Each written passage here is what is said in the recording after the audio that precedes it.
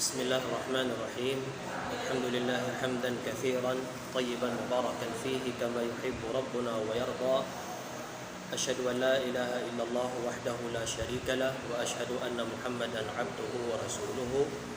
ثم أما بعد فالسلام عليكم ورحمة الله تعالى وبركاته.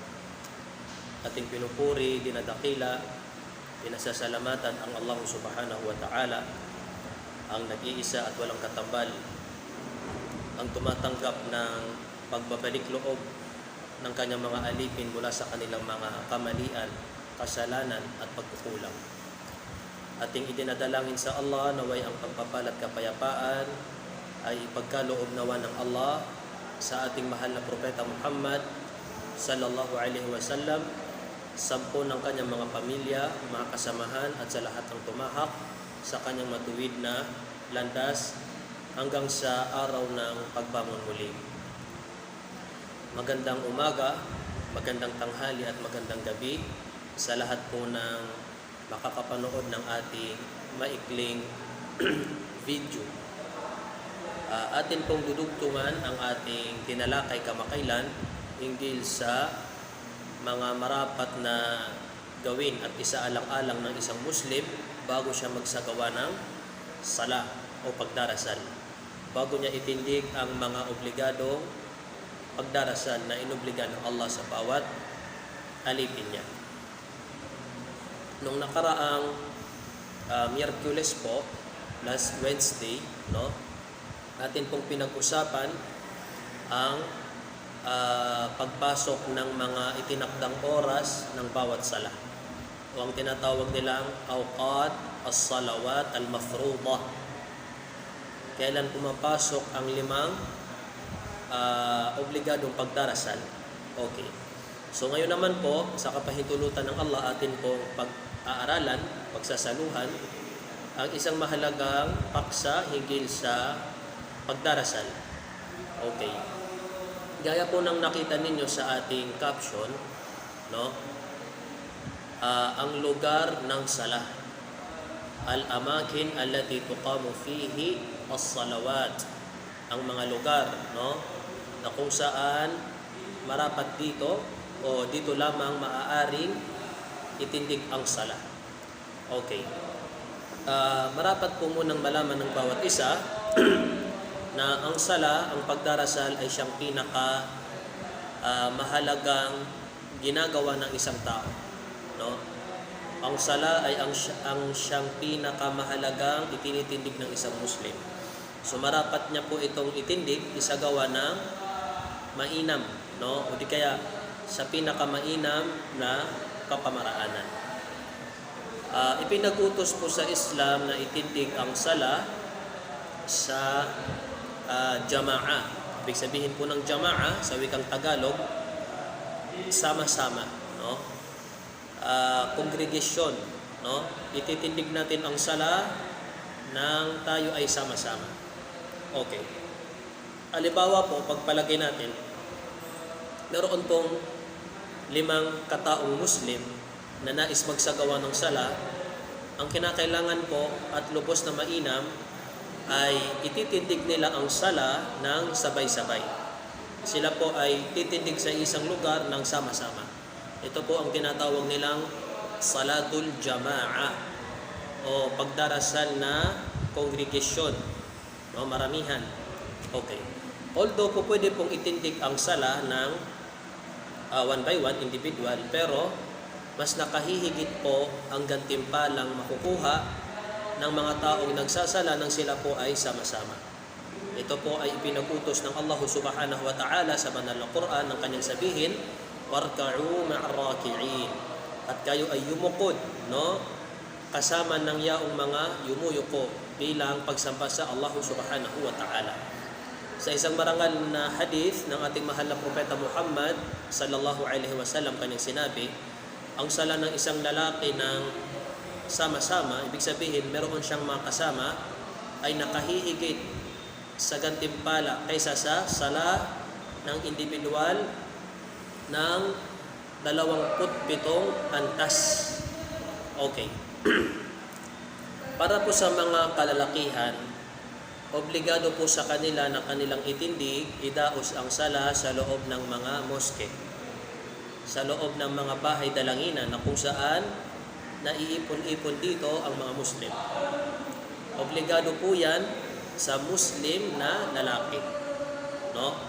Okay, patungkol po naman sa mga Muslima o sa mga babaeng Muslim, no? Hindi po sa kanila obligado na kanilang itindig, idaos ang sala sa loob ng moske.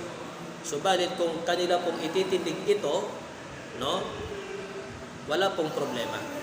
Kung kanilang idadaos ang sala sa loob ng bahay dalanginan, sa loob ng mga moske, ay wala naman pong problema. Subalit mas mainam ang kanilang mga tahanan, ang kanilang mga bahay bilang lugar na pinagdadausan ng sala. Okay. Meron pong mga marapat na malaman, no, sa isang lugar na marapat na pagdahusan ng sala. Ang origin po, ang original na rulings nito, ang lahat po ng lugar, no, ang lahat po ng lupalop dito sa mundong ibabaw ay maaaring pagdausan ng sala. Kahit sa ang lugar ka, no, datnan ng sala, o pwede mo doong idaos ang sala. No, dinatnan ka ng wakto ng oras na tinakda, no, o pwede ka doon magdaos ng sala kung saan ka man naruroon. Subalit ang ating mga scholar, ang mga pantas, no, sila ay naglagay ng mga kondisyon sa isang lugar na pagdadausan ng sala. So ito po yung marapat nating maunawaan at pakatalinuhan. Una po, no, kailangan ang lugar na ating pagdarausan ng sala, tayo po ay nakakasigurado na ito ay tahir. Ibig sabihin po ito po ay malinis, no? Malinis, walang dumi, no? Walang anumang dumi ng hayop, asintabi po sa inyo, ganoon din po. Ito po ay dalisay mula sa anumang kalat, no? Okay. Ipagpalagay po natin na tayo ay dumating sa isang lugar, no? Yung lugar na yon tayo ay hindi nakakasigurado na ito ay malinis o ito ay madumi. Ano po ang rulings nyon? Okay. Kung tayo po ay hindi nakakasigurado na ito ay malinis o madumi, ang rulings po nito, ito po ay mahahatulan ng malinis. As soon as na hindi mo nakikita, hindi mo nasaksihan ang karumihan ng isang lugar. No? Okay. Ang rulings po nyon, may bibilang po siya sa lugar na malinis. Okay. Ibang usapan na po, kung may nakita ka doong hindi ka aya-ayang bagay, maruming bagay, no? Hindi ka po doon po pwedeng magdaos ng sala hanggang hindi mo yon nadadalisay, nalilinis. Okay. Isang marapat na malaman ng isang taong magdarasal, kailangan ang lugar na kanyang pipiliin ay malayo sa anumang ingay, no? Malayo sa boses ng mga tao, malayo sa tunog ng mga busina ng mga sasakyan, no? Ang kadahilanan po niyan nang sa gayon ay hindi siya ma-entertain, no? Hindi malibang ang kanyang isip, hindi mabaling ang kanyang isip habang kanyang isinasagawa ang sala. Okay. Ang pinakamainam na pagdarausan ng sala, pagkaraan po ng mga bahay dalanginan, ay ang mga silid, no? Ang mga bakanting silid, ang mga bakanting kwarto, o pwedeng sa mga paaralan, sa mga silid aklatan, no? Sa loob po ng mga bakanting lugar sa mga pamilihan, sa mall, no? O pwede po yan, no? Sisiguraduhin lamang po natin na walang anumang ingay, no? At ang lugar natin ay dalisay. Okay. Kabilang po sa binanggit ng ating mga magigiting na ulama na marapat nating isaalang-alang kung tayo ay magdarasal sa isang lugar, tayo po marapat ay hindi makaabala, no? Kailangan po ay hindi tayo makakaabala sa mga taong nandoon. Pwede kaya hindi tayo makakaharang sa kanilang daanan. Gaya po ng mga hagdan, yung mga malalawak na hagdan. Pwede kaya yung mga sidewalk corner, no? Hindi po dyan kaaya-aya magdasal. Although ipinapahintulot, pero magiging pinsala po sa mga dumadaan. Sinabi ni Propeta Muhammad, peace be upon him, la darar wa la dirar. No? Huwag maminsala sa ibang mga tao at ganoon din ay huwag magpapinsala sa mga iba. Okay. Isa pa pong marapat na malaman na magsasagawa ng sala sa isang lugar, titiyakin niya po sa lugar na kanyang pinagdadausan ng sala ay walang mga imahe na nakikita sa kanyang harapan. No?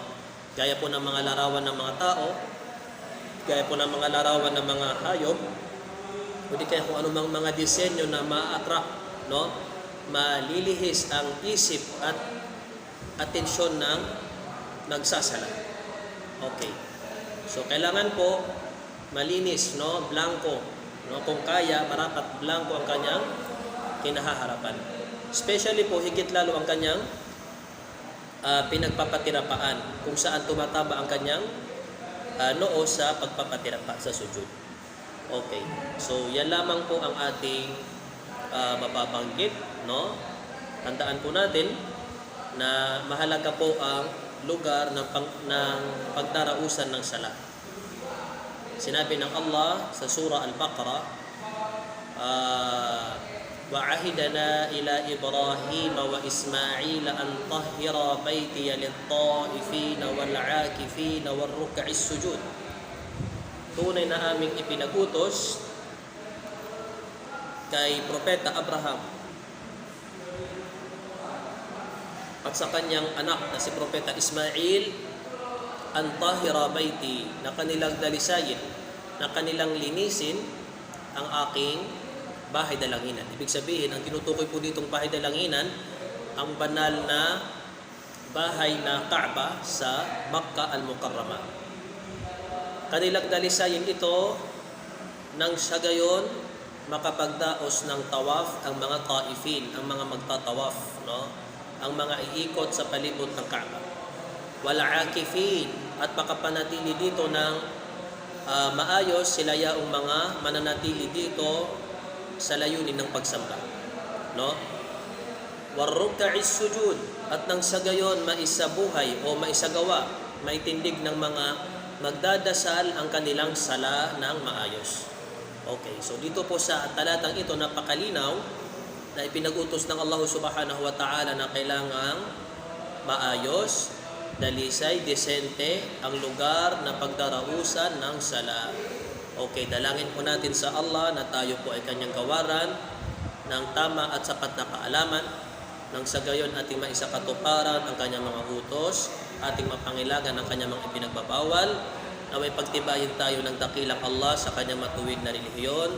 Tayo ay kanyang pagtibayin sa sunnah, sa kapamaraanan ng kanyang propeta na si Muhammad sallallahu alaihi wasallam. Hanggang dito na lamang po. Salamat po sa pakikinig. Subhanakallahumma wa bihamdik, asyhadu an la ilaha illa anta, nastaghfiruka wa natubu.